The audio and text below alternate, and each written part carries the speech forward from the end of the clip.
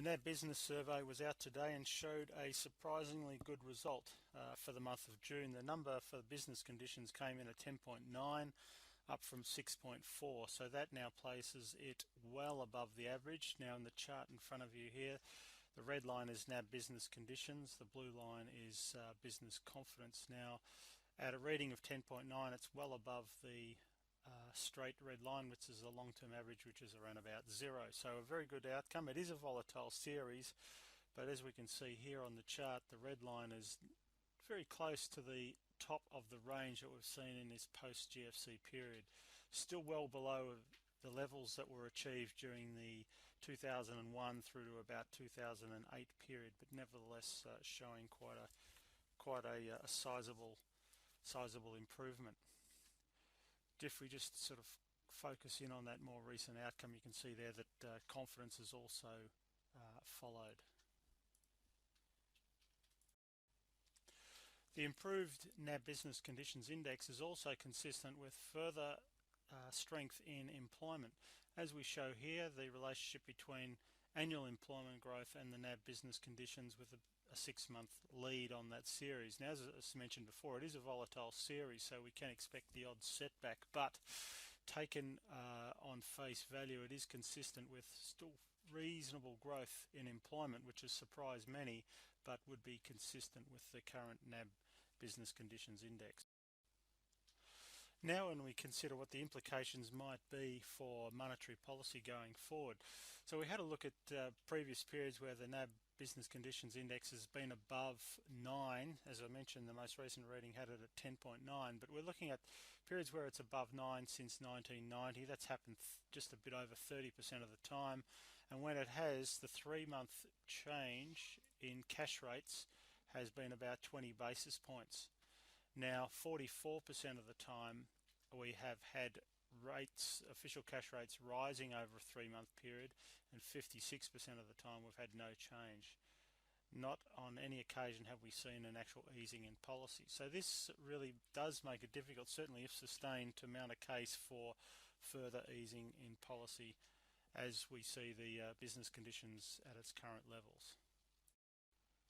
If we look at this another way, we see the chart of the cash rate in blue, and superimposed on top of that are the periods or the regimes where NAB business conditions is above the level of 9. So as we highlighted in the earlier table, it's often been associated with rising rates, not easing in interest rates. If I now use the unemployment rate and map over the top of that periods where NAB business conditions is at these levels are higher, also being consistent with declining unemployment rates. So it adds to the evidence that there has at least been some improvement in the Australian economy in recent months.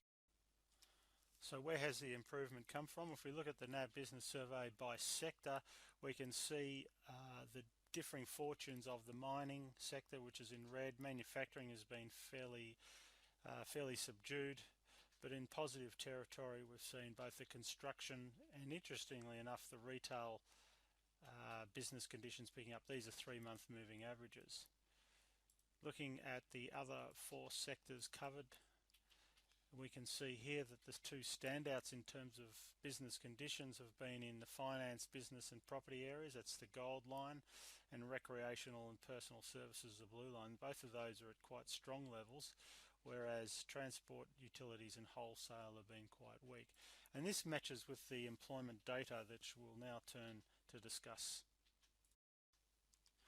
When we look at the breakdown at a very fine industry level of the quarterly employment data, we can see that over the year to May there's been 255,000 jobs added. As we scroll down through the biggest contributors to that, we can see professional, scientific 69,000, healthcare 54,000, food and bev 44, and the other big performers, social assistance, medical and other admin, construction has added 23,000 jobs, public, building. So you can see where the growth has occurred, largely in the service sectors, professional and healthcare. Down towards the bottom, if we look at this in ascending order, we can see where the weaknesses occurred. Agriculture, which is a volatile sector, coal mining, food retailing, repair, heavy and civil engineering, exploration, manufacturing, publishing and so on. So it's not surprising some of these sectors that have been either hit by structural change in the economy or a downturn in the mining sector. And probably what surprises many is the strength that we've seen in some of these other service sectors, and some of which have been in the tourism related areas.